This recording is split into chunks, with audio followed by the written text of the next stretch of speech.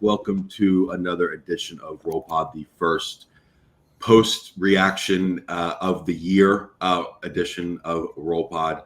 Alabama obviously suffering a season-opening loss to Florida State, 31-17 on Saturday. There was rain, there was a good drive to start, and then it was bad, worse and worse as it went on. Mike and Alex were there. These shows we're kind of just going to let you guys go. Mike, we'll start with you. Just go ahead. It's a good thing they didn't lose anybody in the portal in the spring, right? Mm-hmm. Just a train, if you will, of things that were talked about, were discussed, were framed as reasons for optimism and change and new hope and life and all of that throughout the offseason, not just from within the building, but from outside the building. No more Jalen Milroe. Their offense is going to flourish. They're going to throw for 400 yards every game, and Ryan Williams is going to be a Heisman candidate. They're just stacked at wide receiver, which, look, I said that myself. But there's a lot of things that just were said throughout the offseason, and then here I am taking a shower on Sunday morning, and I'm thinking, man, there's probably an element of every loss that they had last year that was in this game. Mm-hmm. You had kind of the rain and sloppiness of the Michigan game. Granted, Alabama did not turn the ball over. Well, look, Ty Simpson's decision to throw when he was wrapped up and doing that, and Parker Brailsford just happened to recover it, that could have easily been a turnover. That could have easily been a score for Florida State going back the other way. That was a bad decision and something that his center kind of bailed him out on. But you had the Michigan elements, you had the Vandy elements of a quarterback and the misdirection and an offensive coordinator who was just completely running you over, as Gus Malzahn was. You know, you had some element of actually the deep passing game, which is the Tennessee game. They hit a couple shots on Alabama down the field, and that hurt Alabama in that game. That hurt Alabama in this game. They had one early in the game down the right sideline, and then that kind of wheel route later in the game. That was more of a catch and run by Lucas, I believe his name was, down, and then they scored in the next play. So there was part of the Tennessee game, and then you had part of the Oklahoma game, which was all over, you know, the quarterback running, the defense not holding up, no discipline in terms of gaps and fitting the run and all that. So everything that happened wrong last year just conglomerated into this game, and everything that was talked about in the offseason ended up not really meaning anything. So just where does that leave it? Look, I don't know. I think, and I'm going to write this later today, this whole idea of, oh, this maybe will be like 2015, like this is their Ole Miss game, or this is the game they lost early in this season, or Ty Simpson's like Jake Coker, and, you know, this needs to develop into the role, and blah, blah, blah. Like whatever happened during the Nick Saban years, whatever happened 10 years ago, just doesn't matter. It doesn't matter. It doesn't mean anything. They can go out and lose this Louisiana Monroe game, which happened actually during the Nick Saban years, but they could lose the Louisiana Monroe game. They could lose to Wisconsin. Mm-hmm. They sure as hell could lose to Georgia on the road. Mm-hmm. And the way that Ty Simpson played on the road in Florida State would not give me a whole lot of confidence about him playing on the road against Georgia, which is more talented defensively, bigger defensively, and probably better coached defensively with the guy named Kirby Smart. So there's no – Alabama's not saving Alabama. Like the whole idea of we're going to prove everybody wrong and we're going to show everybody that by the end of the season we're Alabama still. Like, stop thinking about that. Stop thinking about trying to prove the Alabama standard and try to bring it back and say, we're still Alabama. We're still here. Like, it doesn't mean anything anymore. It's over. Like, whatever happened before is over. And that's pretty damn clear right now when you're talking about a team that's lost 5 of its last 10 games, lost 3 of its past 4 games, lost 5 of its past 6 games on the road. This is not a one-time thing. This is a pretty consistent pattern right now, and that is a big problem when you still have 11 games to play in this season. Yeah, Alex. None of it's good enough. And I don't want to hear about Tim Keenan being out. I don't want to hear about Jam Miller being out. I don't want to hear about Deontay Lawson's knee. I don't want to hear about how it's Ty Simpson's first start. You lost by 2 touchdowns on the road against an unranked ACC team, a team that a conference and a team that SEC fans love to shit on. And you shit the bed. I mean, let's just be honest and put not safe for work on this and just call it what it is. But at the end of it all is a team that's just not good enough. A team that does not have difference makers where it needs them. Ryan Williams was not a difference maker, and he was supposed to be your best player. Who other than Jeremy Bernard is a guy you can count on to make plays? Crickets. Nothing. There's not a pass rusher who can get to the quarterback on his own. There's apparently not very many people who can tackle the ball carrier. There's not very many running backs, and there's one receiver, and there's a quarterback who's trying to learn on the fly. And I'm not going all in on Ty today. It's one game. He's going to learn. He's not the biggest problem right now. The biggest problem is a program that's soft and a program that doesn't have enough quality players. And maybe you can change that. But as I wrote today, the benefit of the doubt's gone. You've got to show it now. And Mike is absolutely right about this idea of, I think Alabama is so wrapped up in proving a point that they don't just put one foot in front of the other and play football. Like, that's what they need to do. And maybe this is a wake-up call, but man, it is a brutal wake-up call if that's what it is. And I just don't see very many signs for hope. You can't defend the run. You can't defend the quarterback. You can't defend the deep pass. You have a great first drive and then nothing. And Ty Simpson saying they got complacent after one drive. Excuse me? It's one of the most ridiculous things I've ever heard. What? And I don't think he's wrong. Like, that's the problem. I think Right. he told the truth. Right. So where do you go? I don't know. And it's going to lead to some very difficult questions that a lot of them that are already being asked. But me, it's week one. It's you kind of temper it with not overreacting, but I really don't know how at this point because again, to Mike's point, this isn't just week one. This is what happened last year too. It's the same old story. There's a lot of songs playing in my head. There has to be a morning after. It's the same old song, like all these other things. It's just we're stuck on repeat, and the record keeps skipping, and nothing changes. I mean, you mentioned the talent. It's there, like on paper, it's there. So my immediately is you go to coaching. So is it?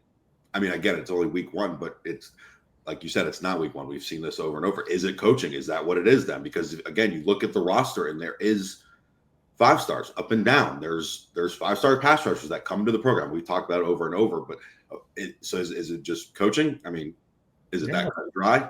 They're not off the hook. I think it's on the players too. Like, I do think it's coaching. Full stop. Like, Kane Womack's defense, boy, you got some questions to answer right now. Ryan Grubb, Kalen DeBoer, there are some questions to answer. And yeah, it's a first-time starting quarterback. And yeah, you don't have dudes at running back, but it should look better than that. Like, what's going on? You know, all these guys had great off seasons in the weight room. They got pushed around by Florida State. Like, that's the other disappointing part of it. And it does go to coaching. It goes to players' attitudes as well. But it goes to coaching. Like, why are they soft?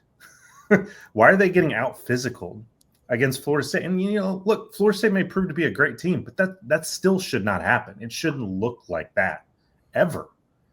So how do you fix it? I don't know. But, yeah, it's coaching to blame. I think it's players too wrapped up in their own BS that's to blame. I think it's pressure that's to blame, and everybody's sort of clearly feeling it. No one's spared in this. No one. Yeah, No. I think. Go ahead, Mike. No, I agree. I mean, and it was asked to me on the radio at one point last week, like, are they making too big of a deal with Tommy Castellanos, and the disrespect would be addressed accordingly? And I said, look, like, if it was a Nick Saban coach team, I don't think he would allow that to really be a factor. He doesn't like revenge as a factor. Now, he did say on game day the other day, like, he might use it as motivation. So what's the fine line there? I do think there was a point in that game with the James Smith personal foul, when he's lowering his shoulder into Tommy Castellanos, where in the back of his mind, he's probably thinking about that. Like, I'm going to go get this guy and make him hurt. In that particular moment, like there's probably, we heard it out of LT Overton.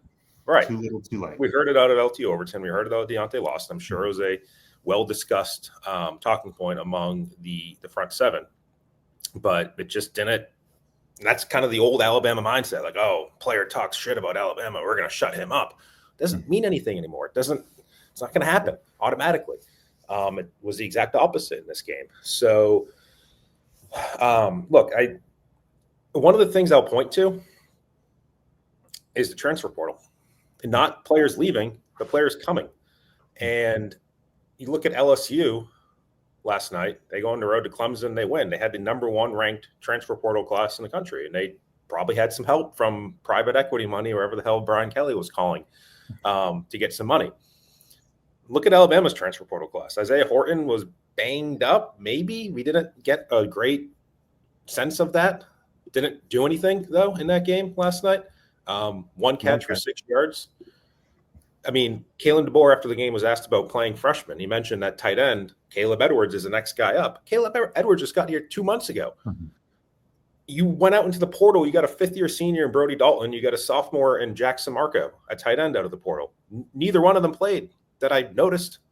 Mm-hmm. Running back, Jim Miller goes down. You brought in Dre Washington, a 5th-year senior out of the portal this offseason.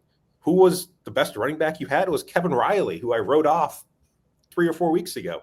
He was their 5th running back to begin fall camp, and he had their best game with 31 yards. I mean, Nikai Hill-Green, you go out in the portal. What is he doing? He's whiffing on a tackle. Cam Calhoun. By the way, and we knew that was an issue when you signed him. He had a lot of missed tackles at Colorado. Go ahead. Right. Cam Calhoun barely played. So you go right down the list of your incoming transfer portal class, and there was, other than Cam Dewberry, and I don't know if you could say the offensive line had a great game, who really did anything from the guys that you brought in. Your freshman class had some guys play. It was not the guys you would have expected. It was the guys who just got here. The new players that you brought into your team this year, you got almost nothing from. The returning players, Jeremy Bernard, you got something from. Other than that, I don't know. So, yes, I think if we're going to kind of go around the circle and look at things, we have to look at the GM. Like, this is college football in 2025. Let's not just put it on the head coach, because the head coach is not the one buying the groceries. It's the GM. So you have to look holistically at the whole operation. That's a problem. What their portal class did in game 1 is a problem. In college football, you only get 12 games. So each game does have a pretty big impact. Yeah, it doesn't. Earl Little flying around the way he was doesn't really help either. You brought up Kane Womack. We talked about the front seven there. We talked about it in game, and we talked about before recording. The rotations were something that we knew was going to be a thing this fall. But if last fall there was no rhyme or reason, I don't know how to describe week 1. All year, all kind of off seasons, Quay Rusa, and I'm getting Alex going here. I'm giving Alex the floor. Go ahead, Alex. I don't. It makes no sense. It didn't make sense last year, really, but I could kind of go like, hey, they're trying to figure out what they have, right? They're a new coaching staff. Let's just rotate a bunch of guys in and see how they do when the bullets fly. This was not that. And maybe they deluded themselves into thinking they were just going to kill Florida State and it didn't matter who they played. I know people like Dijon Lee. He's a true freshman playing in Tallahassee in a packed stadium. Why is he on the field when it matters? And why is the guy trying to help him over the top, Zay Mincy, who we all think is going to be a really good player, on the field when it matters? When you have Keon Sabb and you have Bray Hubbard, why? And that's the first touchdown. They got smoked on that play. And how predictable is that? And real quick, I'll let you go. Alex, and you guys know how we feel. We think Zay Mincy and Dijon Lee are going to be good They're players. going to be great. This is what happens. These are what freshmen go through. And that's why they go through it late in blowout games and against cupcakes, because you have to get your feet underneath you. I get infatuation with talent. Like, and maybe there's an element of maybe it applies to both sides of the ball, but like Kane Womack in South Alabama, he's playing with a different breed of player, and he gets to Alabama. It's like, holy cow, this guy can play, this guy can play, this guy. Like, well, you know what? This guy's better than that guy right now, so he should be on the field. And you look at the numbers on offense, there were 9 players who played the majority of snaps. There were 5 on defense because they were just rotating guys. And James Smith was supposed to be the guy who had a great offseason. He's going to be great. You're going to rely on him to disrupt in the middle, 31 snaps. Why? Quay Rousseau is supposed to be, everyone talks about, in and out of the program, man. All the traits, going to be a superstar. Same thing, 40-something snaps. Why is he ever off the field? Why? You're not winning the game in a blowout. This is not gathering reps for the rest of the season. You're playing for your season, because if it doesn't, this is what happens. You're 0-1. You've lost by 2 touchdowns, and the sky is falling. And you can't tell people they're overreacting because it's the same crap you saw last year. So I don't know. Like, just roll with the dudes you got. It's like whiplash because Saban played starters, I'd argue, too long sometimes. Yeah. Because he didn't want to take anybody out until the fourth quarter.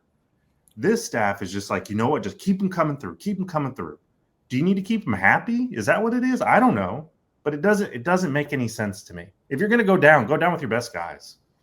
Right. There was way too much of that earlier in the game. And I think that probably contributes to what you wrote about, that, as Deontay Lawson said, players weren't doing what they needed to do in all cases. And when you have different guys next to you, or you're moving guys around, as they did with, like, even Xavier Brown was playing 2 different positions, that only contributes to the confusion. And look, I think when Kane talks about it tomorrow, I would imagine he's probably going to cite the weather. Like, week 1, humid environment. It wasn't hot outside, though. Let's make that clear. Like, it was not hot as it nearly could have been at this time of year in Tallahassee. Low 80s, but it was humid. So maybe conditioning is part of that message, or part of that, I don't want to say excuse, but the explanation that Kane might give. If they didn't kind of make it a big deal about moving their scrimmage into the heat scrimmage too, I'd say I don't think it was that, but my guess is it was, we know how Gus plays, which is up tempo, and we need to make sure guys are fresh, and let's keep them coming through. That applies to defensive linemen. I don't know how much that should really apply to the rest of the team. The problem was part of that is conditioning. Yeah. Right. The problem is your defensive line is the thinnest part of your defense. Yeah. I mean, some of the guys that had playing tackle, and they played all 6 that they had healthy or had in uniform. They didn't even bring Stephen Bumua with them, but they had pretty quickly Isaiah Faga in there. They had Edric Hill in there. They had London Simmons in there as the first guy in. They had Kelby Collins in a little bit later. Like, that was rough. To your point about the transfer portal, look, it's hard to find a quality defensive lineman. I don't think they were in on one ever. No. Yeah, they weren't. Is there something to, maybe I'll look into it, but like, if you are a Kelby Collins, or you are, like, you don't know when you're going in. It seemed like you just didn't, like, you have no kind of rhythm to your game. It's just like, hey, go in, and then you get taken back. It's just kind of, I don't know. It just seems like it's tough for these players too. Yeah, sorry to interrupt. Something came to me that the other thing is, let's see what happens with some of those players, because Kalen DeBoer referenced it in a pretty honest way in his radio interview after the game, where he said, we're behind the 8 ball here, and it's really challenging. And he says, as long as we can keep the whole thing together, which I really choose to believe the character of this group that it will. Choose to believe is not, it will happen. That this thing will hold together. So do you have any players that start thinking about themselves and their eligibility? I mean, look, it happened last year. Jaheim Otis, Will Bertrand, there was Keanu Coop by the end of the year was gone. There's guys who thought about themselves and made a business decision to maintain eligibility and to go somewhere else. So does that happen now that the curtain's been pulled back on what this team might be? That's, I think, a fair question, and something that Kalen DeBoer, I think, is referencing when he says hold it together. Well, it helps that Georgia is your 4th game, and there's a little bit of a magic number element with that one. Yes. Too. Yep. It seems like obviously there's more questions as answers coming off a performance like that, but like, certainly, and we talked about, but the running back position too, like Kevin Riley popped up out of nowhere. I'm looking at it as Daniel Hill finished with 3 carries, but Richard Young led with 9, and then it looked like Kevin Riley was the workhorse. That didn't seem to have any kind of rhyme or reason to it. So I get like Jeremy Bernard playing running back. He was right. It feels like, and Brett may remember this. It feels like they're gonna have to use him like Amari Cooper that year with Blake Sims, where he's just everywhere because he's the only guy you can rely on at this point. Could I argue Cuevas you could rely on, or not having that one?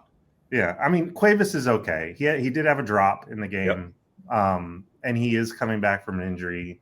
Like Kalen DeBoer, I choose to believe that Josh Cuevas is a good player because I do think he is. But like, what about the offensive line? They didn't rotate anybody, and they were just not good enough. I mean, Ty was running for his life a lot of the time, and there weren't a lot of running lanes.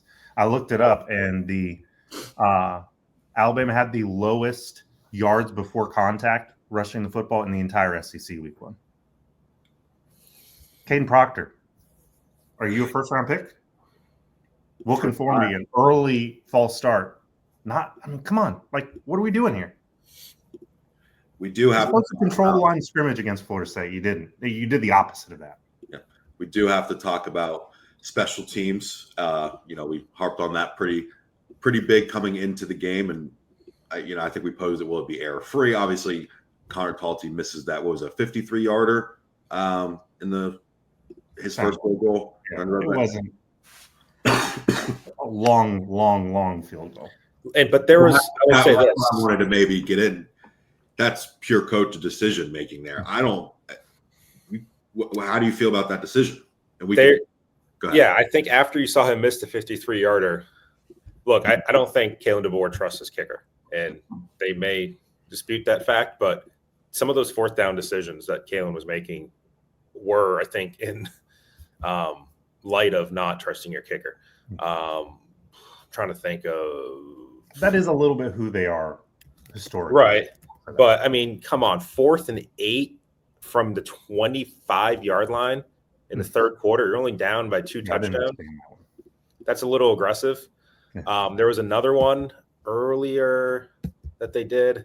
I mean, they were really chasing the fourth downs, and they got bailed out by that penalty on one of them. But it feels like that field goal range kind of shrunk a little bit after they saw Talty miss the 53-yarder. And especially in that environment, like, do you want to put him out there again?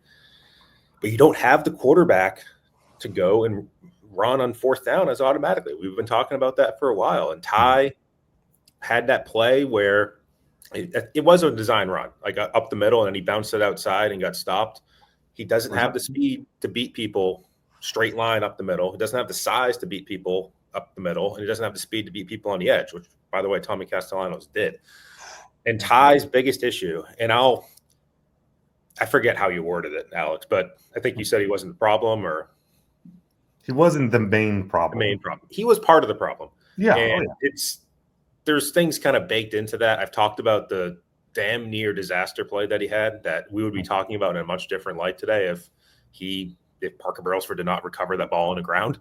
If FSU picked up that ball and ran the other way for a touchdown, much different conversation about Ty Simpson today. We're talking about, do they bench him? Because that was a stupid choice to throw that ball.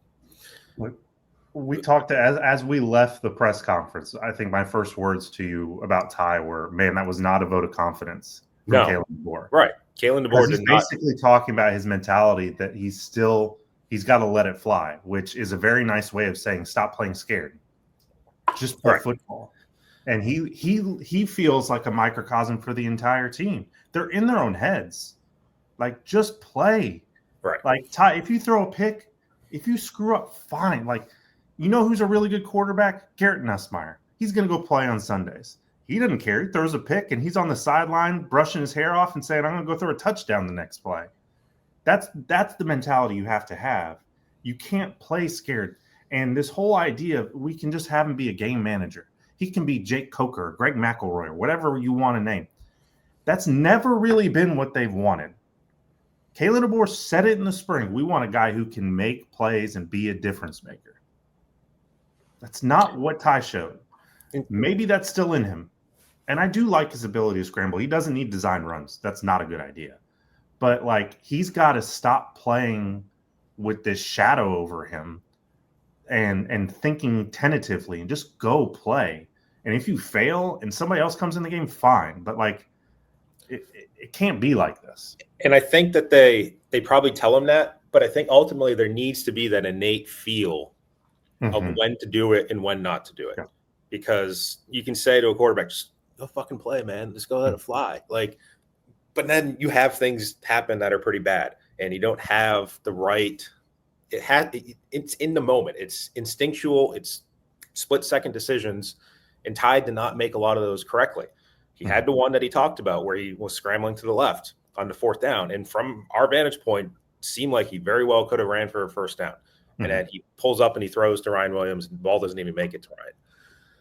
And then he had another one. It was like 3rd and 17 where he starts scrambling, and then all of a sudden he thinks he can make it. Like, it's 17 yards, brother. Like, this is not Martin, Tennessee. Like, you're not going to outrun those guys. Like, and that's where the change has to happen in your head. Like, I need to get rid of the ball through the air. I'm not going to run for that. And it's the innate in the moment decisions between yes and no. It's not just always yes, like just go for it, let it fly. Sometimes it is no.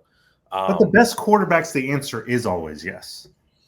Like, what quarterback doesn't try to make a play? That's really good. And I think in some ways, like if we're going to play the blame game, I think there's an aspect to the way Nick Saban managed quarterbacks that was sometimes an issue. Like, he's the GOAT. Nobody's denying that. But he could get on quarterbacks about turnovers and bad plays. And he talked about it on game day. And he's talked about it this week. Like, man, all these quarterbacks talk about making plays. I want them to just limit the negative plays. Like, what attitude is that for a quarterback? You can't, you need to go play the game of football. You know who his favorite quarterback was? Nick Saban loved watching play more than anybody. Tua. Tua didn't give one single shit. He was going to throw the ball in whatever window he saw, whether it was there or not. And that was like his dude. And you're saying you want to be, and Ty comes from that, right? And I think there's an element of like a little bit of a beaten dog thing where you flinch anytime you think you're going to do something wrong. Like, that's got to get trained out of you. You got to just go play the game of football, because if the game is too fast to play scared. Here's the question I have for you. When Ty is on the run and he's talking to himself internally, as we all do, is whose voice is in his head? Is it Kalen DeBoer's? Is it Ryan Grubb's? Is it Jason Simpson's? Is it Nick Sheridan's? Or is it Nick Saban's? Whose voice is he listening to in terms of, here's the advice that was given to me and now I need to go execute it when I'm running around with a 300-pound guy chasing me and ready to kill me?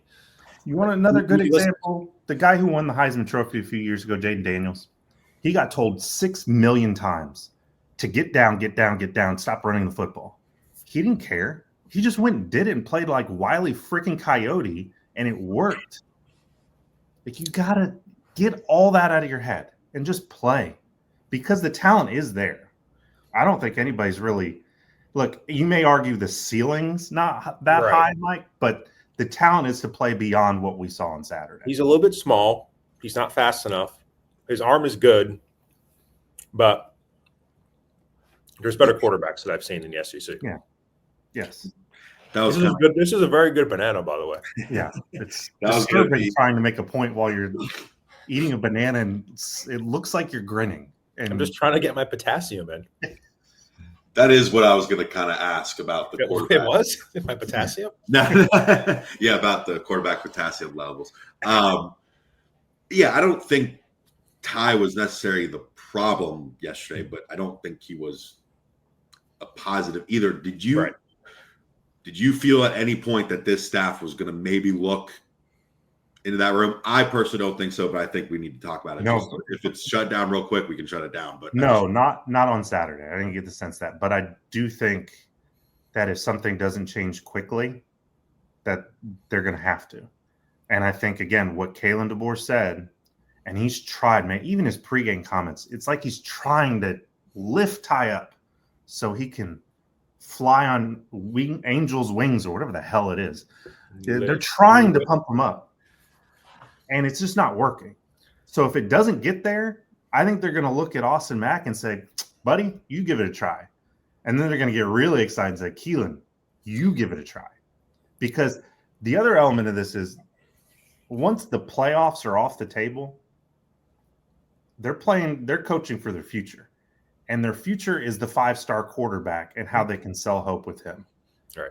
So I think all of that is sort of in this pot. And I don't think they're giving up on Ty.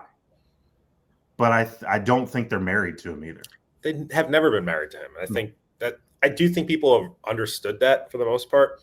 I know Rick Neuheisel got crap for mentioning that on the radio. It was talked about on our board at one point. Like, he kind of wasn't really the winner of the competition. He just happened to be the guy who was named the starter, if that makes any sense.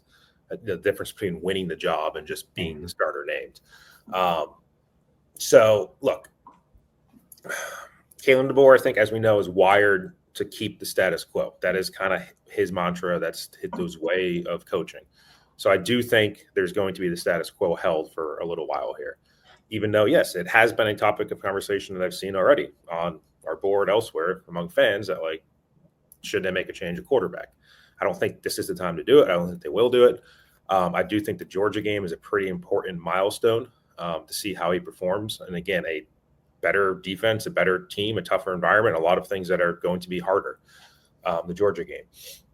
And if you do take a second loss there, your season's not over even then, because the playoffs, you're certainly in the mix with 2 losses. So I still would be inclined to think that Ty Simpson, even with a bad game against Georgia, still has a chance to keep going. But then it's a question of Austin Mack versus Keelan Russell. If you're playing the card of we're still trying to make the playoffs because we think we can run the table with 2 losses, then I think you have to play Austin Mack because of his experience. But I agree with you. If you go to Keelan Russell, you can sell this as a rebuilding year. And here's our new shiny object to look at. And let's forget about the scoreboard this year, and let's just build towards the future. And that has to be the commitment that you try to make. Now, that doesn't always work, because sometimes the people in charge will say, that's great, and we'll have somebody else running the team next year with our toys that you're showing us, hopefully. So that's a very risky move by any coach in any situation, but it might be the play if things do get to a point where you're just playing Keelan and kind of running out the string, is that Kalen DeBoer would need to sell this as a rebuilding year. And ton of players leaving after this year and trying to do something next year. I don't know. The really interesting thing is you have this abject failure. The sky is falling, but now you have an opportunity.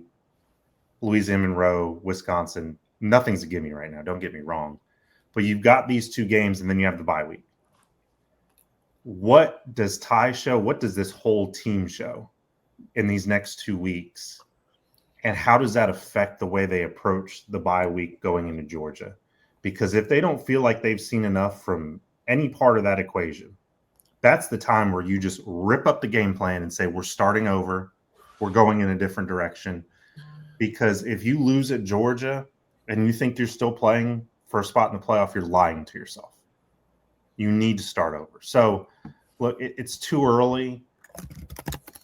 But the way it looked on Saturday, it just begs all these questions that are going to have to be answered. Yeah. Right. And here's 2 words that I don't want to hear the next couple of weeks. Get right. Please do not use those words. Get right. This is a get right game for Alabama.